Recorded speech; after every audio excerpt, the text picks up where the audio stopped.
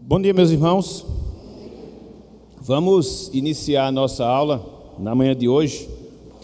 O que é que nós iremos fazer hoje? Hoje nós vamos estudar a lição número 9. E qual é o título da lição número 9? Os nomes compostos de Deus. De certa forma, a lição de hoje, ela complementa a lição que nós trabalhamos na semana passada. Muito embora seja um complemento, a gente não vai terminá-la hoje. Vamos ver uma parte hoje e a outra parte domingo que vem, se Deus assim permitir. Então, abram, por favor, aí, livro de Gênesis, capítulo 14. Gênesis, capítulo 14. Esse texto vai ser considerado. Então, a gente vai trabalhá-lo. Versículos 12 até o versículo de número 20. Gênesis 14, versículo 12 até o versículo de número 20. Abram aí. Diz o seguinte a palavra do Senhor. Apossaram-se também de Ló, filho do irmão de Abrão, que morava em Sodoma, e dos seus bens, e partiram. Porém, veio um que escapara, e o contou a Abrão, o hebreu. Este habitava junto dos carvalhais de Manre, o amorreu, irmão de Escol e de Ané, os quais eram aliados de Abrão. Ouvindo Abrão que seu sobrinho estava preso, fez sair 318 homens dos mais capazes, nascidos em sua casa, e os perseguiu até Dan. E, repartidos contra eles de noite, ele e os seus homens feriu-os e os perseguiu até Obá, que fica à esquerda de Damasco. Trouxe de novo todos os bens, e também a Ló, seu sobrinho, os bens dele, e ainda as mulheres e o povo.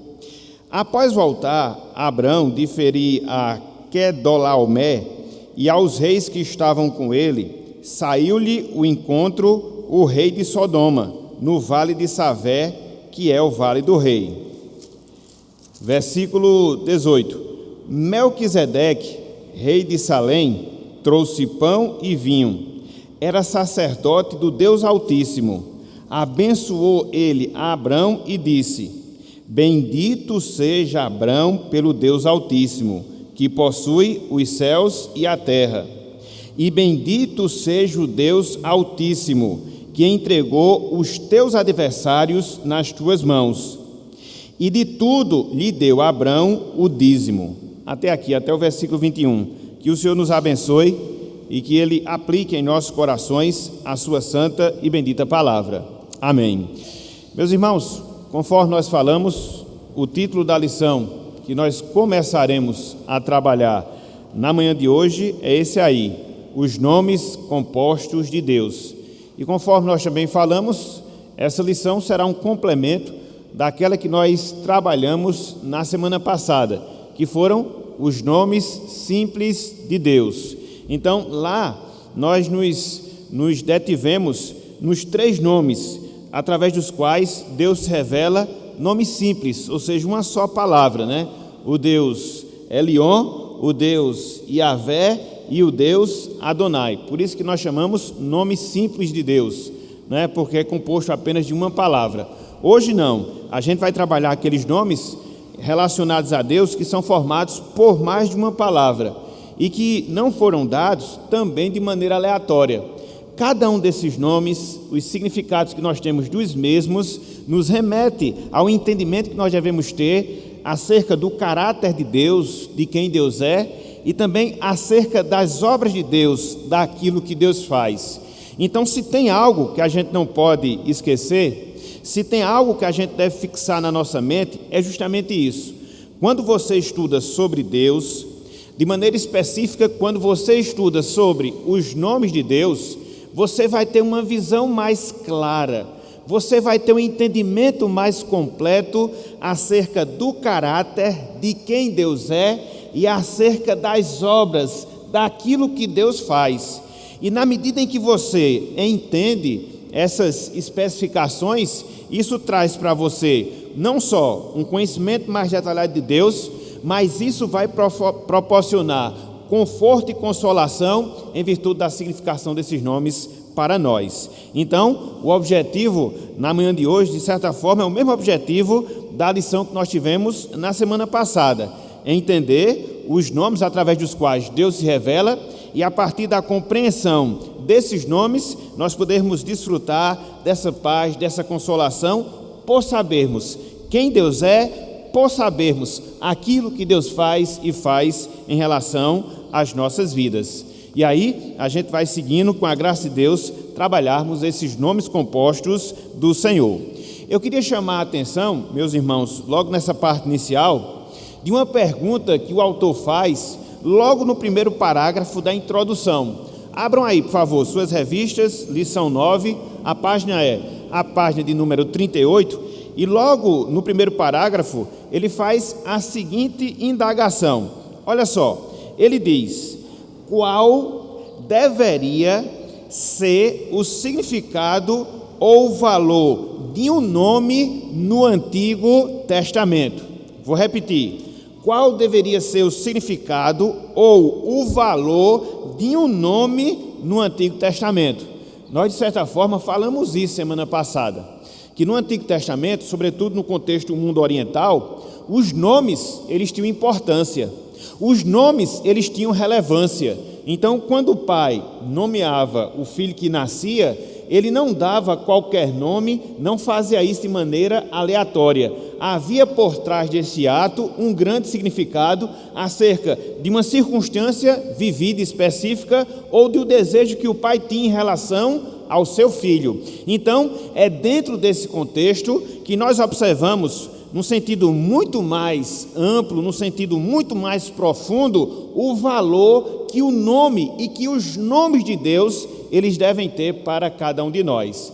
Em primeiro lugar, porque Deus se revelou através desses nomes, e se Ele quis se revelar através desses nomes, Ele queria nos ensinar determinada coisa. E, em segundo lugar, porque quando nós entendemos de fato esses nomes, esses significados, eles calam profundamente ao nosso coração. Então, só para nós termos uma ligeira noção, só para nós termos uma ligeira ideia, vejam o valor do nome no Antigo Testamento a partir daquilo que Deus exige de nós no terceiro mandamento. Abram, por favor, aí, Êxodo, capítulo 20, versículo 7. Êxodo, capítulo 20, versículo 7. Sem olhar para o texto em si, quem saberia me dizer qual é o terceiro mandamento? Veja, a lei de Deus, Êxodo 20, os 10 mandamentos, os 4 primeiros relacionados a Deus, e o terceiro na sequência. Que mandamento é? Está vendo aí? Não tomarás o nome do Senhor teu Deus em vão. Aí nós temos aí o complemento dessa ordem. Abram aí, Êxodo 20, versículo 7. Êxodo 20, versículo 7. Olha só o que tem aqui, terceiro mandamento, complementando aí o que os irmãos citaram. Abriram aí todos, Êxodo 20, versículo 7. Olhem só aqui o que nos diz a palavra do Senhor. Não tomarás o nome do Senhor teu Deus em vão, porque o Senhor não terá por inocente o que tomar o seu nome em vão. Eu vou perguntar a vocês, os nomes no Antigo Testamento tinham ou não tinham grande importância? Tinham. E quando a gente aplica essa regra à pessoa de Deus, a gente conclui que a importância ela era ainda muito maior, mas muito maior mesmo. Por quê? No terceiro mandamento havia e há, porque essa prescrição ela não passou. Às vezes as pessoas partem de um pressuposto errado, que a lei de Deus só se via para o povo de Israel no Antigo Testamento. Não, isso é um equívoco. A lei de Deus se via para os crentes da Antiga Aliança? Sim. A lei de Deus serve para nós hoje, crentes da Nova Aliança? Com certeza. Então, no terceiro mandamento, existe essa ordem, que é colocada de maneira muito clara em relação a Deus, de nós não tomarmos o seu nome em vão. Como é que isso pode acontecer na prática? Como é que isso pode acontecer através de exemplos mais diretos, mais reais nas nossas vidas? Quando você presta, por exemplo, um culto errado, na justificativa que você está cultuando a Deus, quando você pega o nome de Deus para poder ratificar alguma coisa que não seja verdadeira, quando você usa o nome de Deus no sentido de amaldiçoá-lo ou de blasfemá-lo, então existem várias formas, várias maneiras onde você acaba na prática tomando o nome de Deus em vão. Quando você cita a Deus no sentido jocoso, quando você cita a Deus no sentido da brincadeira, e às vezes isso infelizmente acontece nas nossas vidas. Existem até determinados crentes, por não dizer pastores, que até fazem piadas envolvendo o nome do Senhor. Não pode, meus irmãos. Isso é tomar o nome de Deus em vão. Então a ordem é: não faças isso, não tome o nome de Deus em vão. Aí no terceiro mandamento, na segunda parte do versículo 7, nós encontramos a razão pela qual, o motivo pelo qual nós devemos guardar esse terceiro mandamento para as nossas vidas. E qual é o motivo? A palavra de Deus aqui diz: porque o Senhor, veja, a palavra Senhor aqui, com as letras maiúsculas, significa o Deus Yahvé, porque o Senhor não terá por inocente o que tomar o seu nome em vão. Deus, meus irmãos, Ele não admite brincadeira com o seu nome. Deus, Ele não admite uma utilização indevida do seu nome. Por quê? Por quê? Porque o nome revela a pessoa. E a gente aplica essa regra, sobretudo em relação a Deus. Quando Deus ele se revela através desses nomes, Ele está dando a revelação de si mesmo. Quando você toma esse nome de Deus em vão, você está diminuindo a maneira através da qual Deus se revela e você está desfazendo da sua pessoa, você está desfazendo da pessoa de Deus. Por isso, o cuidado que nós devemos ter, não só em termos de culto, mas também por extensão toda a nossa vida. Quando você utilizar, quando você citar, quando você proferir o nome do Senhor, pense uma, pense duas, pense três, tantas vezes quantas forem necessárias, para que você não cite o nome de Deus de maneira indevida. Não cite o nome de Deus com motivação errada, porque a Bíblia diz: Deus zela pelo nome dele e Ele não toma por inocente aquela pessoa, aquele homem, aquela mulher que toma o seu nome em vão. Então, o nome de Deus é para ser reverenciado. O nome de Deus é para ser temido. Estão lembrados daquilo que nós falamos domingo passado, lá na consideração à carta de Pedro, que nós devemos viver a nossa vida aqui em temor? Então, viver em temor, dentre várias formas, é você viver esta vida tendo cuidado com aquilo que você fala, com aquilo que você diz em relação a Deus. Por quê? O nome revela o ser, porque o nome revela a pessoa. Então, tomar o nome de Deus devidamente é você diminuir a sua pessoa, o seu ser, e por isso a Bíblia diz que Deus não terá por inocente aquela pessoa que age dessa forma. Então, qual é o significado? Qual é a relevância do nome no Antigo Testamento? Extremamente alto. Extremamente alto. E muito mais alto em relação a Deus. Então fica essa advertência aqui inicial, desse cuidado que todos nós devemos ter, porque muitas vezes nós somos tentados a usar indevidamente o nome do Senhor. É através do nome que Deus se revela, é através do nome que aprendemos do seu caráter e das suas obras. Então tenhamos cuidado quando nós falarmos acerca do nome do Senhor. Ok? Então eu sigo aqui no segundo parágrafo. Na lição anterior, voltando aí para a lição, para a revista. Na lição anterior, estudamos alguns nomes primários de Deus revelados nas Escrituras. Eu já falei, né? Nós vimos o Deus Elohim, Deus revelando através da palavra Elohim. Nós vimos Deus revelando através da palavra Yahvé, Senhor. Nós vimos Deus revelando através da palavra Adonai, que também é Senhor, mas no sentido de majestade, no sentido de reino. Então, foram os 3 nomes que consideramos na semana passada. E aí segue: não há somente um nome, como por exemplo Jeová, de onde vem a palavra Yahvé aí, né? Quando a gente fala assim, Deus Jeová é o Deus Yahvé. Os nomes serviam para revelar o caráter e os atributos de Deus ao homem, dentro da capacidade de sua compreensão. Como foi dito na lição anterior, a Bíblia apresenta nomes primários, ou seja, simples, e nomes compostos, formados de mais de uma palavra de Deus. E aí segue: esta lição tratará de alguns nomes compostos de Deus. Geralmente esses nomes são formados por El e Yahvé. O que é que significa a palavra El? O poderoso.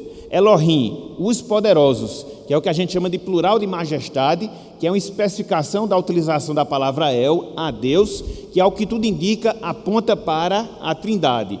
O Deus que é Pai, o Deus que é Filho e o Deus que é Espírito Santo. Então, a palavra El, o poderoso, palavra hebraica, mas quando aplicada a Deus, é a palavra Elohim, no plural, indicando essa pluralidade e majestade. A pessoa do Pai, a pessoa do Filho e a pessoa do Espírito. Então, essa palavra El, que na nossa língua é traduzida pela palavra Deus, ela se junta a outras palavras, por isso nós chamamos nomes compostos, para nos dar um detalhamento mais preciso de quem é Deus. Então, de certa forma, nessa manhã de hoje, a gente vai se deter a esses nomes compostos de Deus, junto com a palavra El. E na semana que vem, como aqui diz na lição, a gente vai ver os nomes compostos de Deus associados à palavra Yahvé, ou à palavra Jeová. Então, como a lição é extensa, a gente vai subdividi-la em duas partes, ok? Tanto é que o que nós temos aqui é uma introdução que acaba sendo já um primeiro ponto. Então, a gente vai considerar dessa forma. E aqui eu fecho a introdução para abrir para os irmãos e depois a gente seguir no estudo propriamente dito. Veja, finalzinho aí do terceiro parágrafo dessa parte introdutória. O nome El é a palavra mais simples, que forma, por exemplo, e ele colocou aqui pelo menos 6 nomes, pelo menos 6 palavras. A palavra El Elyon, significa o Altíssimo. A palavra El Erroi, que significa o Deus que vê. A palavra El Shaddai, que significa o Deus Todo-Poderoso. A palavra El Olam, que significa o Deus Eterno. A palavra El Betel, que significa o Deus de Betel. E a palavra El Olehel Israel, o Deus de Israel, que é justamente o texto que a gente vai citar de Gênesis 33, 20. E levantou ali um altar e lhe chamou Deus, o Deus de Israel. Então, o que é que a gente vai fazer hoje, meus irmãos, pela manhã? A gente vai trabalhar esses 6 nomes relacionados à palavra El, Deus, nessas 6 designações que o autor coloca aqui. E a gente vai observar não só a revelação que Deus faz do seu nome através dessas expressões, mas como é que isso impacta, como é que isso se aplica à nossa vida. Porque citar os nomes, de certa forma a gente já citou, Significa o Deus Altíssimo, significa o Deus Poderoso que vê, significa o Deus Todo-Poderoso, significa o Deus Eterno, mas como é que a gente aplica essas explicações à nossa vida? É o que a gente vai procurar fazer hoje pela manhã, somente trabalhando a palavra Deus, e na semana que vem a palavra Yahvé, no caso a palavra Senhor. O que acontece é porque a gente não tem essa percepção da importância de a gente colocar um nome, por exemplo, num sentido bem específico, colocar um nome num filho nosso, numa filha nossa, e aí a gente acaba, de certa forma, sendo influenciado pelo modismo secular. Porque eu acho esse nome bonito, porque é o nome de um cantor, de um político. E aí, às vezes, você vai e bota sem pensar que aquele nome vai carregar ou vai identificar aquela pessoa para o resto da vida. Para o resto da vida. Então, eu sempre falo isso quando eu tenho a oportunidade, da gente ter esse cuidado, nós que somos pais, principalmente nós que temos o conhecimento da verdade, para que quando a gente venha nomear um filho nosso, que a gente possa pensar, avaliar, porque aquele nome vai caracterizar a criança e vai marcar aquela criança para o resto da vida, É o modelo que a gente encontra no Antigo Testamento. No Novo Testamento realmente houve essas mudanças. No caso de Paulo, a diferença de Saulo para Paulo era porque um era o nome hebraico, Saulo, e Paulo era o nome grego, mas o significado era o mesmo. No caso de Pedro não, porque a palavra Pedro significa pedra, que também é o mesmo nome da palavra Cefas. Então, existia também essa mudança de nome que Cristo fez em Pedro, de certa forma, o significado aí, mostrando aquilo que ele iria desempenhar ao longo do ministério. Então, existe e deve existir, no nosso caso, essa preocupação de que a gente colocar o nome do nosso filho com alguma importância e com algum significado. Por quê? De certa forma, aquilo ali vai marcar a sua vida, o resto da sua existência aqui na Terra. Então, devemos ter um pouco mais de cuidado. Eu acho engraçado, né, nessa questão de nomes, às vezes o modismo é tão grande que os pais, quando colocam determinados nomes nos filhos, eu não estou aqui fazendo nenhuma crítica, não, é só observação. Às vezes botam o nome dos meninos que nem consegue pronunciar, entendeu? Né? Tchaikovsky, escreve aí, não sei. Mas como é que você quer botar o nome na criança se você não sabe nem escrever o nome, entendeu? Às vezes a pessoa vai escrever lá no cartório e também escreve errado. É uma confusão para o resto da vida, porque depois que bota o nome, você pode alterar, mas é um sacrifício grande para você alterar o nome, que depois que ele recebe o registro, está registrado, entendeu? Então, tenhamos esse cuidado, para que a gente não haja com modismo e aí saia colocando o nome dos meninos até aleatoriamente, sem ter o significado, sem ter a noção do significado, entendeu? No meu caso, por exemplo, né, tem 3 filhos, né? Um tem um nome bíblico, porque Rubens não é, né? Rubens significa rubro, vermelho, com NS. Agora, Rubem, sim, é um nome bíblico. Só o S muda todo o significado, entendeu? Então, no caso de Ana Lívia, não, porque seria agraciada, né? Ana Lívia, agraciada é pálida. A palavra Lívia significa pálida. Melissa, porque é mel, né? O desejo que a gente queria que a nossa filha fosse meiga, doce, por isso o nome Melissa. E Rubinho, por causa daquilo que eu passei, né? Para ficar registrado ali a dádiva do Senhor em relação à minha vida. Então, de certa forma, eu tive esse cuidado.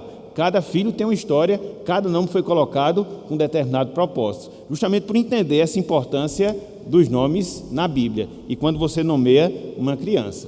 Então, a gente deve ter esse cuidado, de fato. Só para historiar essa questão da Ana Lívia, é engraçado, né?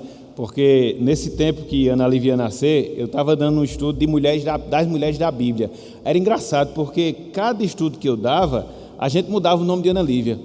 Começou com Sara, depois foi com Rebeca, agora a gente vai ter que escolher, porque senão não tem condições. Aí terminou ficando Ana mesmo, entendeu?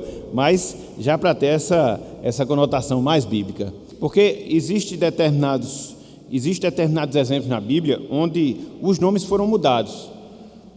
Com algum significado diferente, sim. Né? No caso mesmo de Jacó, que passou a ser Israel. Jacó enganador, Israel príncipe que luta com Deus, em virtude do evento que ele viveu com Deus. Aí teve o seu nome mudado. Abraão, o significado não vai ser muito grande, a diferença não vai ser muito grande. Sarai, Sara, também não. Mas há eventos e exemplos de pessoas que tiveram seus nomes mudados, porque Deus mudou em virtude de experiência que aquelas pessoas tiveram com Deus. Não é a norma para a nossa vida, né? Não é a norma na nossa vida. No caso desses exemplos bíblicos, sim, porque fizeram parte de todo o plano de Salvador, o plano de Deus na vida daquelas pessoas. Mas houve sim exemplo de nomes que foram mudados pelo próprio Deus, porque Ele tem autoridade de mudar os nomes. Ele é soberano, entendeu? Mas não é a regra. Isso aqui, no caso, é a exceção, não a regra. O primeiro nome que nós temos aí é o nome El Elyon. Aí eu vou fazer referência a esse texto devocional que nós lemos, de Gênesis capítulo 14. Então, abram aí mais uma vez. Gênesis capítulo 14. Eu não vou fazer uma explicação de todo o contexto por causa do tempo, mas pelo menos do versículo 18 em diante, certo? O contexto a gente já viu. O sobrinho de Abraão, Ló, foi capturado e Abraão foi no encalço dos seus sequestradores e venceu os reis, entendeu? Pela ação e providência divina na sua vida. É só um parênteses aqui, aquela escolha que Ló fez das Campinas do Jordão, pense numa escolha sem futuro, entendeu? Porque foi sequestrado, né? E depois teve a cidade destruída. Então, diz a Bíblia lá, né, que ele olhou as Campinas do Jordão, que Abraão deu esse direito, para onde você for, eu vou para o lado oposto. E diz a Bíblia que Ló viu lá as Campinas do Jordão, isso aqui é um lugar bom, entendeu? Vou escolher esse. Acabou que nem lá ele ficou, entendeu? Foi capturado, teve a cidade destruída, só teve prejuízo. Ao passo que Abraão não, prosperou e prosperou ainda mais. Então, versículo 18 de Gênesis. O que é que diz? Melquisedeque, que foi esse sacerdote que apareceu para Abrão, ele não tinha ainda o nome mudado, não era Abraão, era Abrão. Existe um mistério muito grande de quem seja esse Melquisedeque. Aqui é dito que ele era rei de Salém. Salém era a antiga Jerusalém, entendeu? Essa cidade de Salém era a antiga Jerusalém.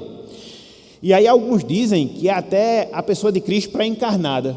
Dizem que esse Melquisedeque, você vai escutar sobre ele no Salmo 110 e depois você vai escutar sobre ele lá em Hebreus. É uma figura misteriosa, a gente não sabe com precisão quem era. Eu particularmente advogo que era uma revelação de Jesus Cristo pré-encarnado, da segunda pessoa da Trindade. Mas eu não vou discutir isso, é só para, se tiver alguma dúvida, os irmãos vão ter essa noção.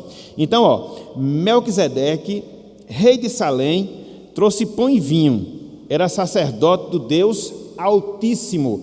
Essa expressão Deus Altíssimo aqui no hebraico, esse nome aqui, é o Elion, ok? É o Elion. Abençoou ele a Abraão e disse: bendito seja Abraão, ou Abrão, melhor dizendo, pelo Deus Altíssimo, que possui os céus e a terra. E bendito seja o Deus Altíssimo, que entregou os teus adversários nas tuas mãos, e de tudo lhe deu a Abrão o dízimo. Então, 3 vezes aparece essa expressão, Deus Altíssimo. 3 vezes aparece a expressão El Elion, mostrando que esse é um dos nomes compostos através dos quais Deus se revela. No caso específico, através dos quais Deus se revelou a Abraão, ao seu primeiro patriarca. É interessante, meus irmãos, porque quando você pesquisa acerca desse nome, El Elion, ele aponta para a força, ele aponta para a soberania, ele aponta para a supremacia de Deus. Eu vou repetir, esse nome El Elion, ele aponta para a força, ele aponta para a soberania, ele aponta para a supremacia de Deus. Ele enfatiza o poder majestoso que Deus tem. O poder, o nome, aquele que é elevado de toda a criação, o Rei absoluto de todo o universo. Então, essa palavra El Elion diz respeito justamente a essa característica de Deus. Ele é o Deus que está acima, ele é o Deus que é superior a toda a sua criação, por isso ele é o Deus Altíssimo. E é interessante que Abraão, ele fez esse reconhecimento, ele teve esse reconhecimento em relação a Deus. Por quê? Foi a experiência que ele vivenciou. Humanamente falando, ele ia lutar contra 5 reis, Deus o assistiu, Deus agiu com providência, lhe concedeu vitória e se revela a Abraão dessa forma: eu sou o Deus que estou acima de tudo e de todos, eu sou o Deus de toda força e todo poder, e é também através desse nome que eu quero ser lembrado. No caso, queria ser lembrado para Abraão e também para cada um de nós. E é interessante porque quando Abraão ele teve esse reconhecimento, quando Abraão ele teve essa revelação do Deus Altíssimo, diz a Bíblia aqui que ato contínuo, o que foi que ele fez? De tudo ele deu o dízimo, a 10ª parte. Essa é a primeira referência a dízimo que nós temos na Bíblia, ou seja, no livro de Gênesis. E o contexto no qual acontece é justamente nesse. É um contexto de bênção, de vitória que Deus havia dado a Abraão. É um contexto em que Deus se revela como Deus majestoso, e é um contexto em que Abraão reconhece essa verdade de Deus e lhe entrega a 10ª parte, lhe entrega o dízimo, reconhecendo a bênção do Senhor sobre a sua vida. Então, é essa mesma postura, é esse mesmo entendimento, é este mesmo sentimento que nós também devemos ter em nossas vidas em relação a Deus. Ele é o nosso Deus Altíssimo. Ele é o Deus de força, de poder, de majestade. Ele está acima de tudo e de todos. E é Ele quem nos concede vitória. É Ele que nos assiste nas nossas lutas. É Ele que nos concede a graça para vencermos todos os nossos inimigos, assim como aconteceu com Abraão. Então, é com esse Deus que nós contamos nas lutas e nas batalhas que nós temos em nossas vidas. Abraão vislumbrou essa revelação de Deus e, como gratidão, ele lhe devolve a 10ª parte, reconhecendo o auxílio de Deus sobre a sua vida. Então, quem é o nosso Deus? É o Deus El Elyon. Quem é o nosso Deus? É o Deus Altíssimo. É aquele que é elevado acima de toda a criação, é o Rei absoluto de todo o universo. Esse é o Deus ao qual nós servimos. Está vendo como é importante, meus irmãos? Está vendo como é importante, minhas irmãs, a gente poder ter essa visão acerca de Deus, esse entendimento acerca de Deus. Às vezes a gente se coloca diante do Senhor para adorá-lo e a gente não tem a devida noção de quem é o Deus que nós estamos adorando. Quem é a pessoa diante de quem nós estamos? Então, quando você vê essas formas pelas quais Deus se revelou, então isso deve trazer para nós, dentre várias coisas, o temor, o respeito, a honra que nós devemos dar à pessoa do nosso Deus. Então, quem é Ele? Em primeiro lugar, Ele é o Deus Altíssimo. Mas não só isso. Em segundo lugar, Deus, Ele é o poderoso que vê. É Apocalipse 2,17. Quem tiver ouvidos, ouça o que o Espírito diz às igrejas.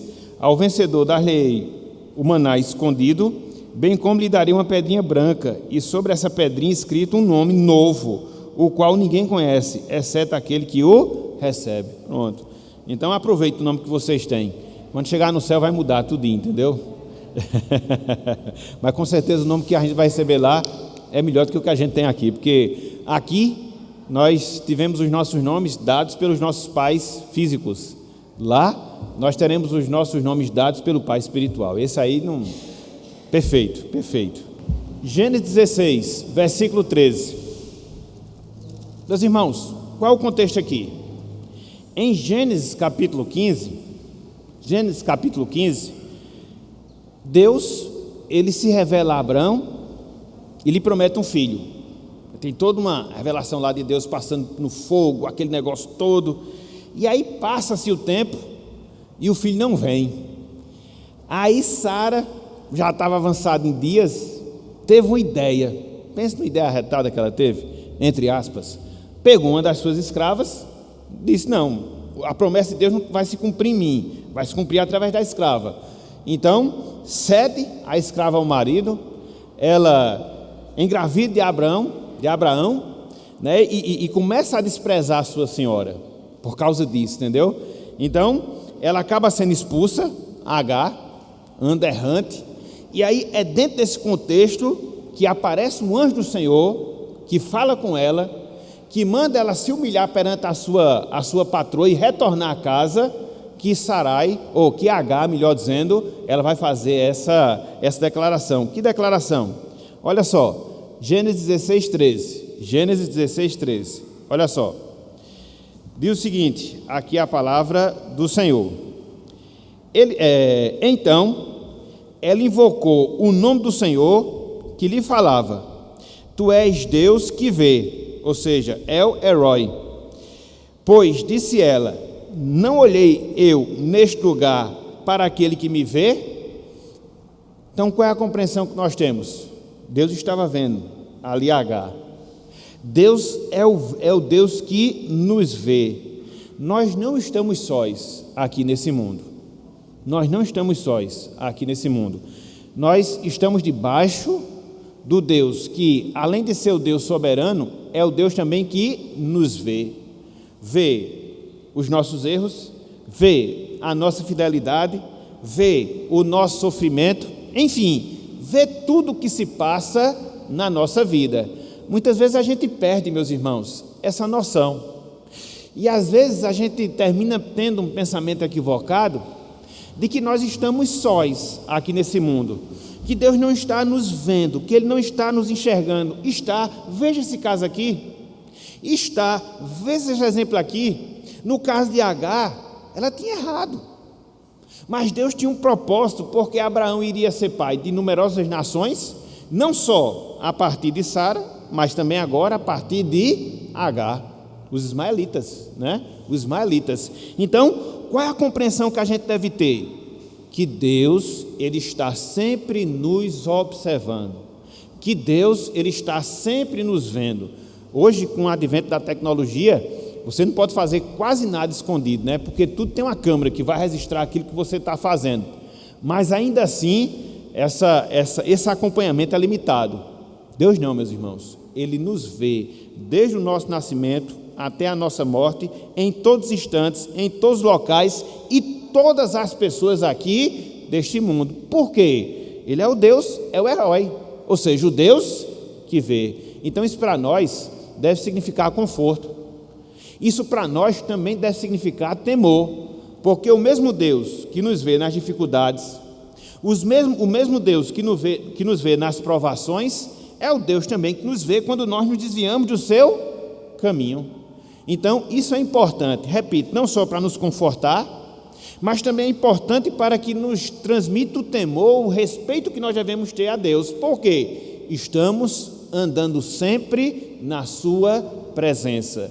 Às vezes nós nos ocultamos, às vezes nós nos escondemos das pessoas, mas de Deus ninguém, absolutamente ninguém pode se esconder. E é interessante porque Deus não só vê as nossas ações, mas a Bíblia diz que Deus ele vê as nossas motivações. Não é sem razão que lá no Salmo 139, o salmista Davi diz que antes que a palavra nos chegue à língua, o que é que acontece? Deus já conhece. Nos justificamos de pessoas, mas de Deus ninguém pode se justificar, ninguém. E Ele está nos enxergando e vendo todas as pessoas. E um dia nós vamos prestar contas de todas as nossas ações, de todas as nossas omissões e de todos os sentimentos que porventura nós desenvolvemos em nosso coração. Então, nos apercebamos disso, do temor e da reverência que nós devemos ter, bem como do conforto, porque Deus é o Deus que vê, ok? Então, em primeiro lugar, Ele é o Deus Altíssimo. Em segundo lugar, Ele é o Deus que vê. Em terceiro lugar, Ele é o Deus El Shaddai, o Deus Todo-Poderoso. Abram aí, por favor, Gênesis 17. Está tudo na sequência, né? Na minha Bíblia nem precisou sair da página. Gênesis 17. É interessante, veja. Gênesis 15, Deus faz a promessa a Abraão. Gênesis 16, há um desvio humano nessa promessa, porque Sara quer dar o jeitinho dela e termina dando uma confusão grande, mas Deus age com providência. Aí chega no capítulo 17 de Gênesis, olha só como Deus vai se revelar. Olha só o que Deus vai dizer a Abraão. É por isso, meus irmãos, que Bíblia é texto e contexto, para você poder entender todas as coisas dentro de uma visão mais ampla. Então, abram aí, Gênesis 16, 17, versículos 1 em diante. Olha só. Quando atingiu Abraão a idade de 99 anos, apareceu-lhe o Senhor, Yahvé, e disse-lhe: eu sou o Deus Todo-Poderoso, ou seja, o Deus El Shaddai. Anda na minha presença e olha só, em virtude de Deus ser o Deus Todo-Poderoso, qual é o efeito prático que isso deve ter na nossa vida? Nós devemos andar na sua presença e viver em santidade. Ato contínuo, versículo 2, Deus continuando a sua fala com Abraão: farei uma aliança entre mim e te multiplicarei extraordinariamente. Versículo 3, prostrou-se Abraão, rosto em terra, e Deus lhe falou. E aí ele vai ratificar aqui a sua aliança, a sua promessa com Abraão. Então, meus irmãos, o que é que a gente vê? Quando a gente percebe isso aqui, que Sara queria dar o jeitinho dela, não foi suficiente, não foi bom. Deus aparece novamente a Abraão, e agora ele se revela como um Deus Todo-Poderoso. E veja que o texto diz aqui que Abraão já estava com a idade de 99 anos. Então, fisicamente falando, Abraão estava incapacitado de dar à luz um filho, de ter um filho justamente com sua esposa. Mas como é que Deus se revela dentro desse contexto? Como que Deus ele se revela? Todo-Poderoso. Abraão estava velho? Estava. Humanamente não tinha capacidade de gerar uma criança? Sim. Mas Deus se revela como Deus Todo-Poderoso, aquele que altera as leis da natureza, aquele que altera as leis da biologia. E se for possível, como de fato foi, dar um filho a um casal já avançado em dias, o que é que Deus vai fazer? Ele vai cumprir a sua palavra. Foi por isso que ele disse a Abraão: anda na minha presença e ser perfeito. Esse, meus irmãos, Esse, minhas irmãs, é o Deus ao qual nós servimos. É o Deus que pode tudo e todas as coisas. Foi o Deus que criou o nosso corpo. Logo, Ele nos sustenta e Ele age também no nosso organismo. Isso é importante. Dentre várias coisas, por exemplo, pegando essa questão biológica, muitas vezes a gente adquire determinada enfermidade, muitas vezes a gente enfrenta determinada enfermidade, e a gente sempre parte do pressuposto que a nossa enfermidade é sempre maior do que o poder do nosso Deus. A gente se abate, se entristece, pensa que aquela situação não é reversível. Não, gente. Não, no caso aqui de Abraão, Deus reverteu a lei da biologia, Deus reverteu a lei da natureza e deu uma criança a um casal já idoso, tanto Sara como também Abraão. Por quê? Porque Ele é o Deus Todo-Poderoso. Então, essa noção que nós devemos ter de Deus. Quando o homem diz não, a ciência diz não, como é que Deus se apresenta? Todo-Poderoso. Requer de nós o quê? Andemos na sua presença e sejamos perfeitos. Então, foi assim também que Deus ele se revelou a Abraão. E é interessante porque esse nome, El Shaddai, é um nome que Deus sempre se revela aos patriarcas. Foi o nome através do qual Deus sempre se revelou aos patriarcas. E era um nome através do qual os patriarcas sempre davam a bênção do Senhor. Olha só, bem rapidinho. Abram aí, por favor. Gênesis 28. Gênesis 28. Qual o contexto aqui de Gênesis 28? Qual o contexto de Gênesis 28? Jacó tinha ludibriado seu irmão Esaú, ameaçado de morte. Tinha que fugir. Mas antes de fugir, recebeu a bênção do seu pai. Quem era seu pai? Isaac, o filho da promessa de Abraão. Quando tinha lá 99 anos, Deus aparece para ele e diz: anda na minha presença, ser perfeito, eu vou ser perfeito, vou multiplicar a tua descendência. Então, Isaac é fruto da ação do Deus Todo-Poderoso. Percebem isso? Aí como é que Isaac vai abençoar seu filho Jacó? Versículo 3. Olha que coisa fantástica, meus irmãos. Olha que coisa fantástica. Olha só. Diz assim, vou pegar aqui do versículo 2. Levanta-te e vai a Padã Arã, disse Isaac a seu filho, à casa de Betuel, pai de tua mãe, e toma lá por esposa uma das filhas de Labão, irmão de tua mãe. Versículo 3. Deus Todo-Poderoso te abençoe e te faça fecundo e te multiplique para que venhas a ser uma multidão de povos. A mesma promessa que Deus tinha feito a Abraão. É a promessa que Isaac vai fazer a seu filho Jacó, chamando a atenção de Deus como Deus Todo-Poderoso, capaz de multiplicar de Jacó uma grande nação ou uma grande multidão. Entenderam até aqui? Abraão, Isaac, Jacó. Gênesis 48. Jacó está velho, vai morrer, entendeu? Mas antes de morrer, ele chama José. Para fazer o quê? Para abençoar. Pegando o gancho aqui do que Marisa tinha falado, hoje também a gente esqueceu, né? Os pais às vezes não abençoam seus filhos, né? Parece que esquece. Não é? E a gente não. Por que a gente não pode desejar a bênção do Senhor para um filho nosso? É pecado? Não cultiva isso. Eu, por exemplo, fui criado dentro de uma sistemática familiar que se eu não pedisse a bênção a um tio, levava peia, entendeu? E às vezes o menino hoje é tudo irreverente, não quer nem saber desses negócios. A bênção? Porque o que é isso? É você pedir a bênção daquele que lhe é superior. Do pai, do avô, dos mais experientes, entendeu? E existe essa... Não é que a bênção esteja com os seres humanos, não. Mas a gente deve desejar a bênção de Deus sobre as pessoas. Qual o pecado nisso? Infelizmente a igreja romana pegou, e às vezes a gente pensa que pelo fato da igreja romana fazer isso, talvez até faça com a motivação errada. Seja errado, é um problema. Hoje não, né? Os meninos da gente vão dormir agarrados no celular, né? Por isso que vive tudo sem receber a bênção do Senhor. Tudo sem receber a bênção do Senhor. Mas comigo é assim. Comigo foi assim. Se não der essa bênção ao tio, ao pai, o avô, o couro comia, entendeu? Já pegava logo na orelha e tum, entendeu? O cara no instante acordava. Não é questão de reverência. Está na Bíblia, gente, ok? Só para a gente se aperceber dessas coisas que às vezes a gente não se apercebe, certo? Então, voltando aqui, Gênesis 48. Gênesis 48. Jacó está perto de morrer. Chama José, seus 2 filhos, para fazer o quê? Para abençoá-los. Para abençoá-los. Aí diz, versículo 3.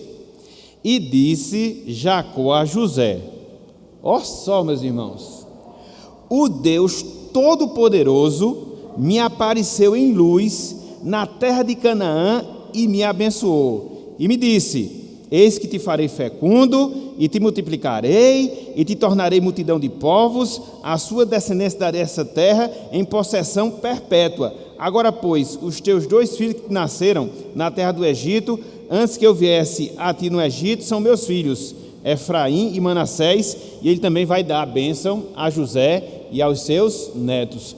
Como é que ele coloca aqui essa bênção? Chamando a atenção do Deus El Shaddai, o Deus Todo-Poderoso. Está vendo, meus irmãos? Quero uma ideia? Era uma compreensão que eles tinham de Deus, os patriarcas. Deus se revela de várias formas, mas se revelou aos patriarcas como Deus Todo-Poderoso. E os patriarcas não esqueceram, porque às vezes acontece isso. A gente tem um entendimento acerca de Deus e a tendência nossa é o quê? É que nós esqueçamos. Não foi o que aconteceu. Tanto é que quando eles pronunciavam as bênçãos para os seus descendentes, quando estava próximo da sua morte, sempre fazia menção a Deus como Deus El Shaddai. Como isso, meus irmãos, é confortante para as nossas vidas. Não esqueça jamais desse fato. Não esqueça jamais dessa realidade. O Deus ao qual nós servimos é um Deus que pode tudo e todas as coisas. Nada é demasiadamente difícil para Deus. Ele reverte situações, quadros, aquilo que a mente humana diz uma coisa, ele faz outra, aquilo que as leis da física aponta para um lado, ele faz o contrário. Foi assim que aconteceu na abertura do Mar Vermelho. Foi assim que aconteceu com tantos milagres que a gente observa na pessoa de Deus e na pessoa de Cristo, desobedecendo às leis físicas, às leis da natureza. Ele tem essa prerrogativa, somente ele pode fazer isso. E por que ele faz? Porque ele é o Deus Todo-Poderoso. Qual o Deus que se revela dessa forma? Você encontra vários deuses, né? As pessoas criam vários deuses. No Antigo Testamento haviam várias divindades, mas nenhuma delas se revelou como Deus se revelou, como Deus Todo-Poderoso. E ele mesmo se revela assim, ele mesmo fala assim, porque de fato isso é uma verdade. Então, meus irmãos, a palavra El Shaddai, ela aponta para o poder que Deus tem. A palavra El Shaddai, ela aponta para o poder que Deus tem de cumprir as suas promessas e proteger o seu povo, proteger o povo da aliança. Então, quando você ouvir, quando você escutar essa palavra El Shaddai, traga à sua mente esse fato. Deus, ele é poderoso, ele detém todo o poder para cumprir a sua promessa e para proteger, guardar o seu povo, o povo da aliança. Que privilégio, meus irmãos, nós temos. E que povo é esse? Somos nós. E que povo é esse? Somos nós, que somos povo de Deus aqui na terra, que somos a igreja sua aqui na terra. Por que a gente vai temer o mundo? Por que a gente vai temer as pessoas? Por que a gente vai temer as circunstâncias? Por que a gente vai temer as nossas limitações? Não porque nós sejamos alguma coisa, mas porque o Deus ao qual nós servimos, ele detém essa característica, ou seja, ele pode tudo e pode todas as coisas. Ele é o Deus El Shaddai. Ok, meus irmãos? Então, aprendamos também esse aspecto em relação a Deus. Nós já vimos o Deus El Elyon, que é o Deus o quê, meus irmãos, sem olhar? Ih, rapaz, deu ruim agora, ó. Nós já vimos o Deus Elyon, que significa o quê? Nós já vimos o Deus El Herói, que significa o quê? Isso, e já vimos o Deus El Shaddai, que significa o quê? Meus irmãos, se o poder de Deus dependesse da nossa expulsão para falar, estava ruim o negócio, entendeu? Tá, se dependesse da vibração dos irmãos, Deus não ia agir não, entendeu? Deus não ia agir não. Então, meus irmãos, Deus Altíssimo, Deus Todo-Poderoso e Deus que vê. Mas não só isso, Ele é o Deus El-Olam, Orhan, que a pronúncia às vezes no hebraico eu apanho. Às vezes a gente limita a atuação de Deus. O Deus ao qual nós servimos é o Deus de aliança. E os nossos filhos, de certa forma, eles estão ligados a essa aliança com o Senhor. Seja em termos de salvação, seja em termos de influência positiva do Evangelho. Então, qual é a visão equivocada que muitas vezes a gente tem? Que às vezes a gente pensa que a nossa relação com Deus, ela se restringe única e exclusivamente a nós. Quando, na verdade, Deus promete bênçãos para nós e também para os nossos filhos. Bênçãos que incluem a salvação, porque alguns são alcançados com ela, mas se não com todos os benefícios proporcionados pelo Evangelho. Porque a visão de Deus é uma visão de Deus pactual. E o pacto de Deus atinge o chefe da família e, consequentemente, a sua família. Eu acho muito interessante, agora vou ter que fazer isso agora. Abram aí, Atos, capítulo 2. Só para mostrar como isso é gratificante para nós, meus irmãos. E quando você associa isso à visão do Deus El Shaddai, eu já tive dificuldade para falar a palavra em português. Em hebraico, aí pronto. Atos capítulo 2.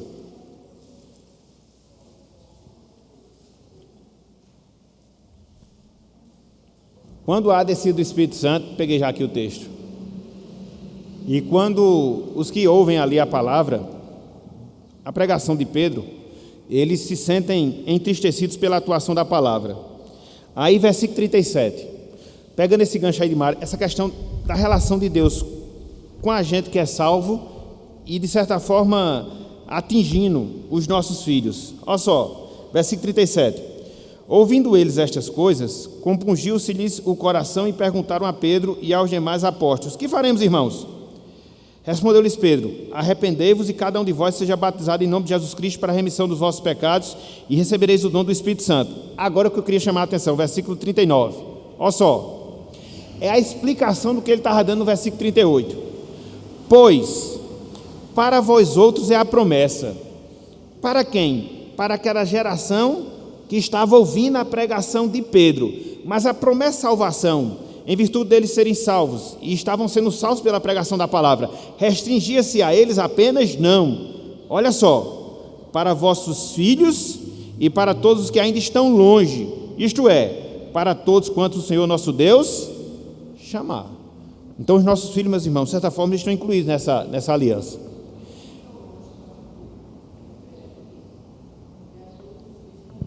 Fora ali do contexto da nação de Israel, os outros povos, entendeu? Que estavam apartados das promessas divinas que Deus havia dado ao povo de Israel no Antigo Testamento. Então, eles eram os que estavam longe.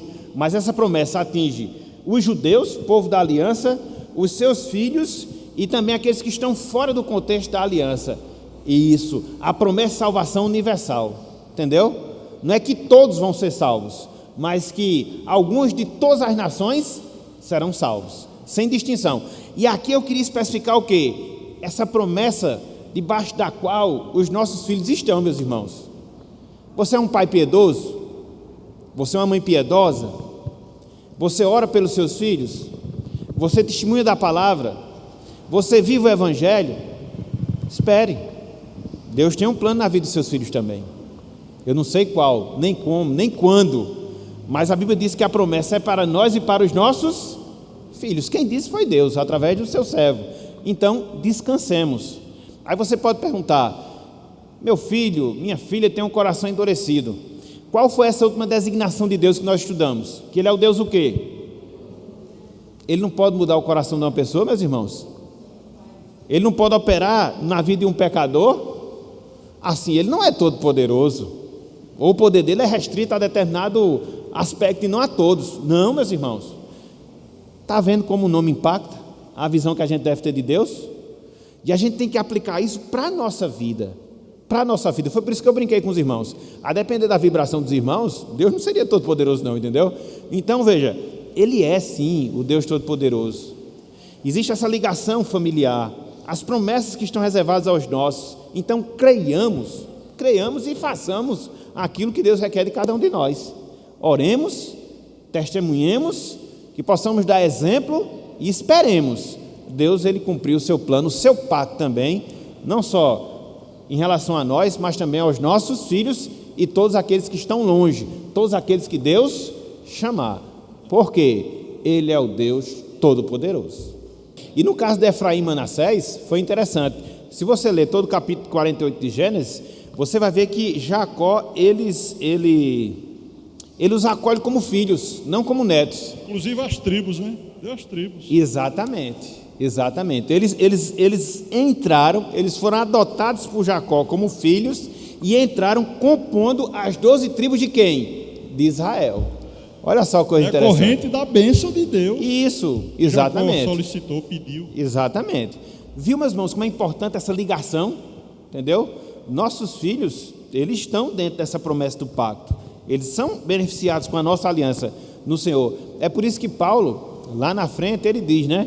Mesmo que haja um dos pais salvos e o outro não, os nossos filhos são o quê? Santos. Paulo não fala isso? Santos no sentido de separado, porque tem pelo menos um dos pais que teme a Deus, que serve o evangelho, que prega a palavra, que vive a palavra.